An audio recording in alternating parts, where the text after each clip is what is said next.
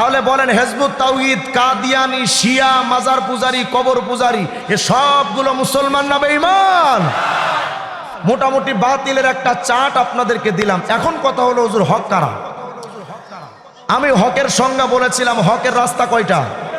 1 number, 2 number, 3 number কোরআন সুন্নাহ সাহাবা, এই তিনটার পথে যারা থাকবে তারাই হক। এখন তাবলিগ জামাতে চলেন, তাবলিগ জামাতে কোরআন মানে না মানে না? সুন্নাত তারা মানে না মানে না?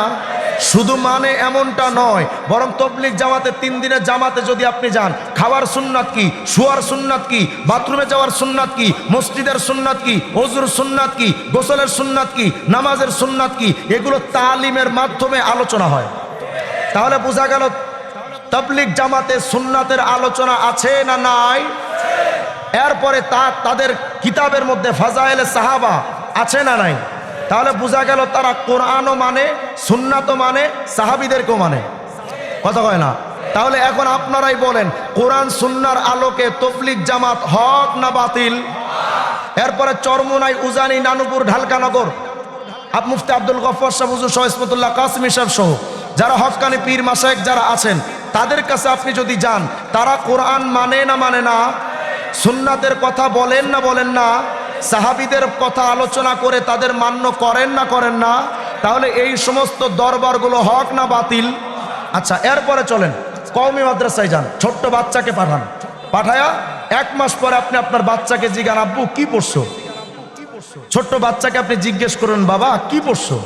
তো বাচ্চাটা বলবে, আব্বু কোরআন শরীফ পড়া লাগবে তাড়াতাড়ি, এই জন্য আরবি কায়দাটা পড়তেছি। তার মানে কওমি মাদ্রাসার প্রথম সবক হয় কোরআন দিয়া। কথা হয় না? আচ্ছা, এরপরে বাচ্চারা 2 মাস পরে জিজ্ঞেস করেন, তুমি কি শিখছো? বাচ্চা বলবে, আমি ওযুর সুন্নাত জানি, গোসলের সুন্নাত জানি। কথা হয় না? তাহলে এই কওমি মাদ্রাসার ছোট্ট বাচ্চা নবীজির সুন্নাতের আলোচনা শিখে, এটা কওমি মাদ্রাসায় আছে না নাই?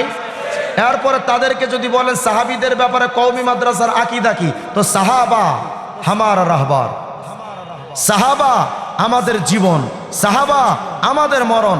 কসম খোদার, নিজের বাপের অপমান সহ্য করতে পারি, সাহাবীদের অপমান সহ্য করতে পারি না।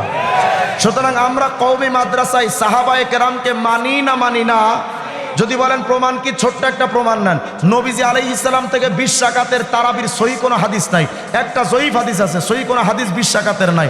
কিন্তু ওমর ফারুক রাদিয়াল্লাহু আনহু সহ সমস্ত মুহাজির সাহাবী, আনসার সাহাবী সবাই মিলে তারাবির নামাজ কয় রাকাত পড়েছিলেন? 20 রাকাত। এটার ব্যাপারে সহিহ অসংখ্য হাদিস আছে। তাহলে কথা হলো, সাহাবায়ে কেরাম যে 20 রাকাত তারাবি পড়েছেন, আমরা সেটা মানি না মানি না? তাহলে বোঝা গেল কওমি মাদ্রাসার মধ্যে কোরআন আছে, হাদিস সুন্নাত আছে, সাহাবাও আছে। কওমি হক না বাতিল? বলেন হক না বাতিল? ব্যাস, মোটামুটি এই ছোট্ট একটা চার্ট আপনাদেরকে দিলাম। আশা করি একটু বেছে গুছে চলার চেষ্টা করবেন।